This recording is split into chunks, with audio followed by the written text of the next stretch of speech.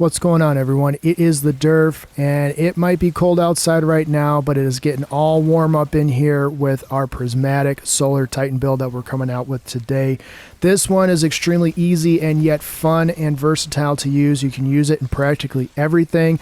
It is one of my more fun roaming supers when it comes to using the Titan class. Of course, we're going to be running with prismatic. We're also going to be featuring an exotic piece of armor that I have not featured in any of my builds for Titan yet. That's going to be a first here, and I hope you guys like it. Do insane DPS, generate your super extremely quickly, and take advantage of all things you can possibly love about Titan. This one is extremely fun to use, and for my Titan lovers out there, you get to be more bonk than usual. Let's get it going, guys.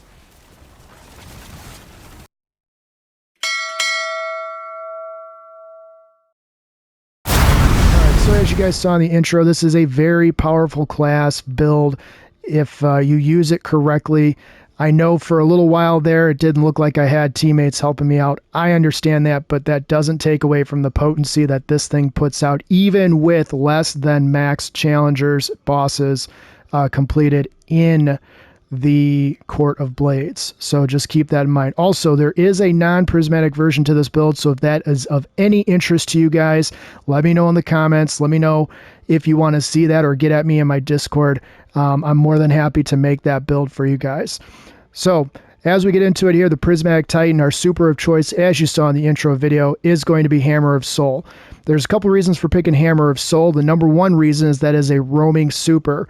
With the roaming super, we're going to be able to generate an obscene amount of super energy with simply weapon damage. And once we get into the armor and the weapons choices and why we're picking those specific weapons, you're going to understand that this super is going to be easily regenerated in as little as 30 seconds depending on the activity. So with the Hammer of Soul, you throw your hammer at foes. Upon impact, your hammer shatters into explosive molten shards. So it is still a pretty good DPS super as far as being able to be regenerated fast enough to be able to use it in some cases twice in a single DPS phase, or in the Court of Blades specifically. You should be able to proc this at least once an encounter. And that's assuming that you're going after other enemies, as well as have the weapons and the exotic armor that I am using. So Hammer of Soul, roaming super, solar is still awesome even in the prismatic version of Titan. And here we go with the abilities. We're going to be using Rally Barricade. 38-second cooldown, so you're going to practically have this thing at your ready at any time. I prefer the Strafe Lift. We are going to be running with Frenzied Blade because we can stack it up to 3 times, and we are going to be able to sever targets when we use it.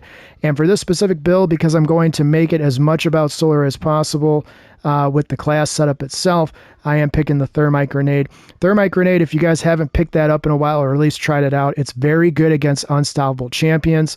So if you have not known that before, now you do.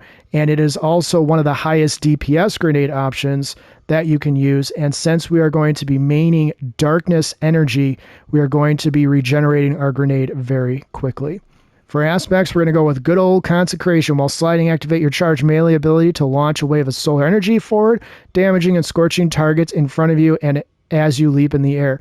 While airborne, activate your charge melee again to slam to the ground and create a second larger wave of damaging solar energy. If this wave hits a scorched target, they ignite. And yes, that includes champs and bosses. So you can get more out of your Consecration if you don't activate that second melee after sliding and activating your first. You will still scorch the target, so if you are trying to conserve your energy, but you still want to be able to take away from melee kills, possibly giving your super back, that is one way to extend Consecration, so that at 3 stacks of Frenzy Blade, you can knock out Consecration, at least the first half of it, 6 times. So keep that in mind when you're using this.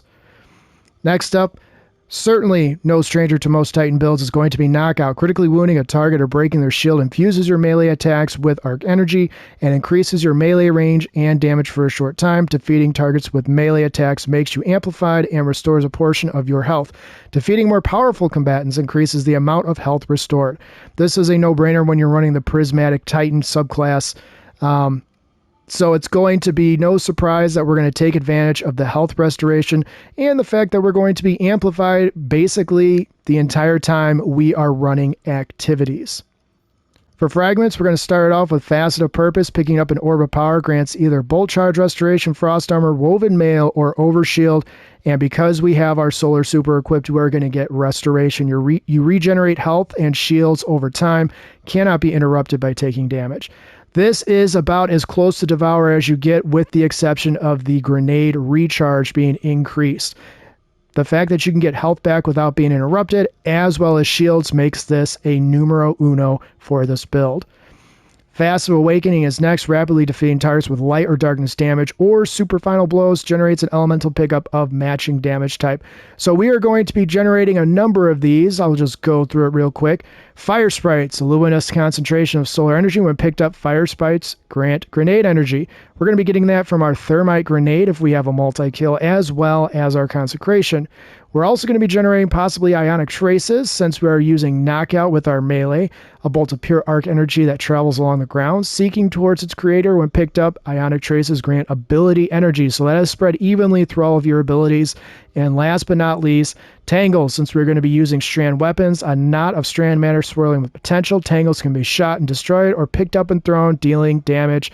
Defeating targets inflicted by any strand debuff will unwind them and create a Tangle. So 3 different elemental pickups that we can take advantage of with this singular build. Next up, we're going to be having Facet of Protection. While surrounded by combatants who are more resistant to incoming damage, while Transcendent, the effect is increase. Take the +10 to strength and the bonus to your damage resistance. Now, because we are a Titan, we are typically going to be more aggressive, which makes Facet of Protection more integral with this style of play than possibly others in the game. But because we are going to be using Consecration, and we also are going to be kind of getting in the face of enemies on purpose, which we'll see here in a minute, Facet of Protection is even more important to have now than arguably other different Titan setups. Next up is Facet of Sacrifice. When you have an Arc, Solar, or Void buff ability, Final Blows grant bonus Darkness Transcendence energy. Now this one we can go either way on. We can go with Facet of Sacrifice, or we could possibly go with Facet of Devotion if you so choose. Both of them have their benefits. One's to Discipline and one is to Strength. But you are going to have, at the bare minimum, possibly Amplified, possibly Bolt Charge, certainly Restoration from time to time. Any of those count as Arc, Solar, or Void buff. So just keep that in mind, and depending on how you feel you want to do it, you can also, if you don't want to put on Facet of Devotion or Sacrifice, you could always substitute this out for Facet of Honor, which will grant you Transcendence energy of the same type, no matter what the elemental pickup is. Last but not least is going to be Facet of Balance. Rapidly defeating targets with light damage grants melee energy. Rapidly defeating targets with darkness damage grants grenade energy.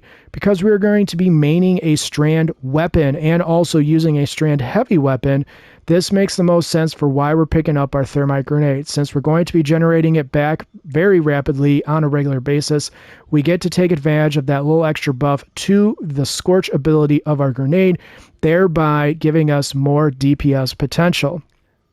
I'm going to highlight Transcendence for about 30 seconds here. So the 30 seconds of fame Transcendence is getting here is mainly to show that we are going to be generating Transcendence on a very frequent basis. We're going to use that Transcendence to spam our Consecration and regenerate our super even faster than we even would with weapon damage alone. So Transcendence, if you aren't using it regularly, you can absolutely incorporate this into your build, into this build, so that you can spam your super even more often, and you don't have to completely rely on your weapon damage, even though the weapon damage will be perfectly sufficient. So just another way to double down on super energy regeneration.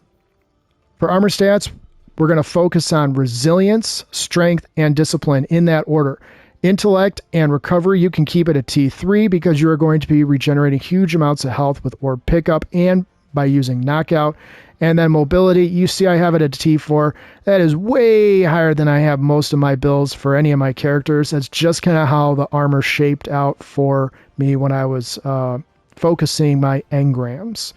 But at the bare minimum, Resilience and strength, since we're going to be using a darkness energy weapon as our main ad clear. Speaking of weapons, we're going to roll out with the Borrow Dyad. My personal opinion is Taken Ambition and Target Lock are the best two perks you can craft this with. So if for some reason you don't have this crafted or you are still wondering which ones to use the most, I recommend Ambition as well as Target Lock when you finally get the ability to select those. We're going to be using the Guardian Games Trace Rifle as our DPS backup. We're going to be taking advantage of the artifact here, specifically with Jolting Feedback and Triple Tap. I know you see that I only have one enemy defeated. My other one that has the exact same role is on my other character, but you guys get the idea. Put the backup mag on because this thing is super easy to control, and take advantage of your Jolting Feedback when you're going up against champs and even just beefier red bars. Our heavy slot is going to be the Pro Memoria. Reconstruction and Bait and Switch are the two best perks for this weapon. You wouldn't think of a legendary machine gun as being kind of a DPS A or low S tier quality weapon to use, since the meta has been rockets and linear fusion rifles and all those things this season. But Pro Memoria with Reconstruction and Bait and Switch means you can get 35% DPS bonus per round for the first 8 seconds after going through the mechanic, and it does not have a cooldown, so once you run out of your bait and switch buff, you can reactivate it and get it again until you completely exhaust your ammo. And that makes this better, in my opinion, than just about every other machine gun you could possibly pick, with the exception of Thunderlord, but we already have our exotic used up, so this is the next best option. For our helmet, we're going to go with a Strand Siphon. I'm going to recommend hands-on to get a little bit of bonus super energy on melee kills, since we're going to be using Consecration. And I recommend using a heavy ammo finder. Now, if you don't want to have an heavy ammo finder because you are running nothing but Quarter Blades or maybe just Vanguard Strikes, you could absolutely get away with running a Arc Siphon if you want to use your energy weapon to get multi-kills. You already have the Strand Siphon, so the Arc Siphon would be your next best thing. Or if you're feeling real froggy, you could benefit your allies by putting on Power Preservation, or I guess if you really want to, you could put on Dynamo or Ashes to assets, but I don't think either of these are going to give you the super return as much as just a single hands-on mod will do. And of course, go ahead and use whatever general armor mod that you want. For the gauntlets, we're going to roll with 3 heavy-handeds and use whatever general armor mod that you choose. The reason we're rolling with 3 heavy-handeds is once we've proc Transcendence, we are going to be able to spam Consecration, which will give us our super back even faster. And oh, by the way, you're going to get Orbs of Power every 1 second that you're using this. So virtually you're going to be printing Orbs of Power every time you need one, and that will grant you even more chances of getting Restoration. For our chest armor, it's kind of up to you what you want to do. On that run, I had the Arc Reserves mod equipped simply because I wanted a little bit more ammo so I could use Jolting Feedback better. However, rolling with Strand Reserves is typically what I would recommend depending on the activity, so you can have as much ammo stored for your Pro Memoria as possible. Go ahead and round it out with 2 Elemental Resistance mods. Doesn't matter, just make sure you know what you're up against. And of course, go ahead and put on whatever general armor mod that you need. So Peacekeeper's leg armor is going to be our exotic armor of choice. If you have not picked this up, I highly recommend getting a hold of one of these and working to get the resources to max this out. You can see I don't have the Artifice slot unlocked, but that's just because I ran out of exotic ciphers. And if you know how difficult it is to get an exotic cipher, then you know where I stand right now. It's not that difficult, but the amount of time that I have to just kind of free roam around now is kind of limited, so I'm kind of forced to play the long game when it comes to using Peacekeepers. And yes, I just realized that I'm at 1900 power, so I'm going to go ahead and take care of that right now. For this leg armor, we're going to be rolling with at least 1 Absolution and 1 Invigoration. I have another Absolution posted here because I wanted to get my recovery up above a T3, and in order to do that, all I needed was a minor recovery mod. But if you do have a mod that's already 3 energy, you may want to consider maybe not a second Absolution unless you want to. And if you have a mod in here that's a 4 energy one, you absolutely cannot post up 2 3 energy mods in these last 3 columns. So If you're running in the Nether Arena, I highly recommend Recuperation. I also recommend Orbs of Restoration if you so choose. And the easiest one to substitute in and out would, of course, be Innervation to complement your Invigoration. You could also make an argument about using a Strand Weapon Surge since you're going to be proccing Bait and Switch regularly, and you can get bonus weapon damage with the Weapon Surge since you're going to have armor charges pretty much through just about every activity you're going to use. But it's not completely necessary. The other variant to this build, you may consider doing that. And again, if you guys want to see that, make sure you let me know in the comments or get at me on my Discord, because it is a very good build as well. It's just not a prismatic build. So whatever you guys need to do for your general armor mod, go ahead and do that. But as far as the Peacekeepers, the Mecha Holster is the draw to Peacekeepers for most Titans that like using submachine guns. While wielding a submachine gun, handling, airborne effectiveness, and movement are all improved, and damage against combatants will increase the longer you remain on target. Submachine guns are reloaded when stowed. So yes, for the Borrowed Dyad, this fits the bill very, very well. So as a Borrowed Dyad lover, getting a bonus to your damage the longer your submachine gun remains on target from a weapon like Borrowed Dyad that builds up charges from Taken Blights, you can double down on the damage, not add to the damage of the Taken Blights, but it's like a second version of target lock for your submachine gun. So if you already have target lock on your Borrowed Dyad, there you go. Now you see the attraction, which is why I said you may consider putting on a Strand Weapon Surge since we're going to be using that so much, and because of our Pro Memoria. So however you guys want to mod it is perfectly fine, but just understand that your submachine gun is going to be able to put out, I'm not going to say like hundreds of thousands of more in DPS, but when it comes to the Quarter Blades, it's definitely going to be noticeably stronger. For our class item, we're going to roll with Font of Restoration.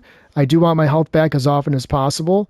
We're going to be rolling with Reaper and Outreach. These three pretty much never leave most of my builds unless I'm running a grenade spam specific build. So I guess in theory, if you want to throw out more grenades with this build, go ahead and put on Bomber. I do use my class ability regularly, so Reaper makes sense. And then go ahead and put on whatever general armor mods that you need. For the artifact, no shock here, we're going to be rolling with Overload machine guns. Of course, we're using Overload trace rifles, but don't let that fool you.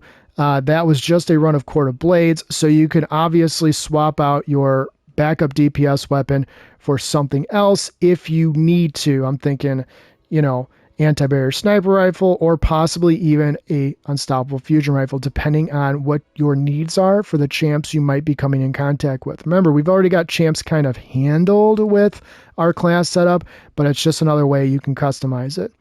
In the second column, we're going to be rolling with Vile Weave and Unraveling Orbs. No surprise there because we're running with Borrowed Dyad. In the third column, we're going to be running with Photonic Flare as well as Dielectric. You can boost this further while defeating an arc debuff target, spawns an orb of power, and heals a small portion of health.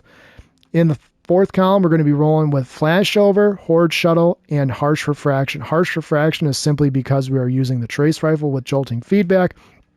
And Flashover, of course, we want to gain, when we get max stacks of bolt charge, will become amplified, and our lightning bolts will deal additional damage.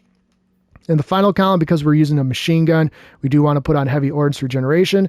And yes, as long as you have an elemental buff that coincides with your super, which of course would be Restoration, when you activate your super, you will generate additional damage with Limit Break, or if you activate it while you are critically wounded. So Limit Break, pretty much not leaving my builds for the remainder of the season. And it shouldn't leave yours either. This is definitely one of the top 3 in this final column without a doubt. So one of the reasons I think you guys should try this build is, hey, look, it's been a long season. We need some more fun builds in our lives, and this one certainly fits the build. You can mindlessly regenerate your super energy and take advantage of bonus DPS potential with your Borrowed Dyad, which means you don't have to constantly switch between your energy and your heavy weapon to gain a little bit bonus back to your super regen. And oh, by the way, because we can use Borrowed Dyad to our advantage with Peacekeepers, we're going to be generating additional damage simply just by shooting at bosses with it. Not to mention, we're going to be able to double down and use our Pro Memoria to generate an additional 35% DPS with each round when we proc bait and switch. Another reason I say that this is a good build to have is, hey, it is a fun build that you can pretty much use everywhere.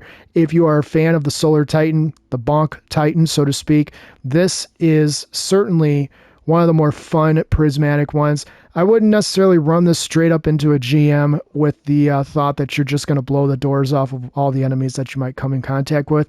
But I guess in theory, you could mod this to handle GMs as long as you are running slow. Now, on busier GMs, yeah, I'm thinking that this might not be quite where you want it to be. However, like I said in the intro, there is a elemental variant to this build, which I think actually might be more GM ready. And so if you guys want to see that, let me know. I know I said that already. I'm not trying to annoy you, but you know, I've got some other ideas for other builds. So if you guys really want to see it, I'm more than happy to bring it to your guys's, your guys's notification box. Anyways, if you guys did find anything helpful in this video, please consider liking and subscribing. If you know a Guardian out there who could benefit or who likes the Solar Titan but isn't quite sure how to use it in the prismatic sense, or maybe who has never dabbled with Peacekeepers, please share this video with them or send them my way. My goal is to help as many people as possible. As always, I will have a dim link in the description of the video. And if there's anybody out there who is looking for a non-toxic gaming community, I highly recommend my Discord. I know I say this every video now, it seems like, but the people inside my Discord are truly some salt of the earth people. Very nice, very friendly, very willing to help anyone. Whether your skill level is very high or your skill level is just starting out, it doesn't matter. There is no drama. There's no bad vibes. And it's just a really great group of gamers that just connect on all things Destiny. So whether you're a fan of, building like me, or you just want to get the most and maybe just get some friends to pal around with around the galaxy, just doing mindless activities, hey, they do it all on there. So check out my Discord. I'll have that link in the description as well. So shout out to my Discord. It wouldn't be the Discord that it is without the people that are in it. Anyways, I'm going to switch over and just kind of talk through a couple more things. And yeah, let's get it going. Okay, so I know that Peacekeepers isn't a brand new piece of exotic armor that no one's heard about before. There's builds out there by countless creators in a variety of different fashions. But one of the best parts about this build is going to be your ability to take advantage of the damage buff to your borrowed dyad because of Peacekeepers, which is in turn going to be able to help you double down on regenerating your super. Virtually every single one of these encounters, I was able to generate a super for and use the entire thing on whatever boss was in front of me, and that will be the same for you. So it may not be the most aesthetically pleasing in some situations, and certainly in some raids you're not going to want to use the roaming solar prismatic titan super. However, in Court of Blades it is incredibly versatile, even if you're just using it to clear out a room of beefy ads if you're running the expert version of this. But either way, it is incredibly user-friendly to use, and if you've never tried Peacekeepers before, especially in general content, you're going to notice a huge difference in its performance. So, alright guys, I will see you next time. Take care. I do wonder how much damage I would have done had we made it all the way to the end.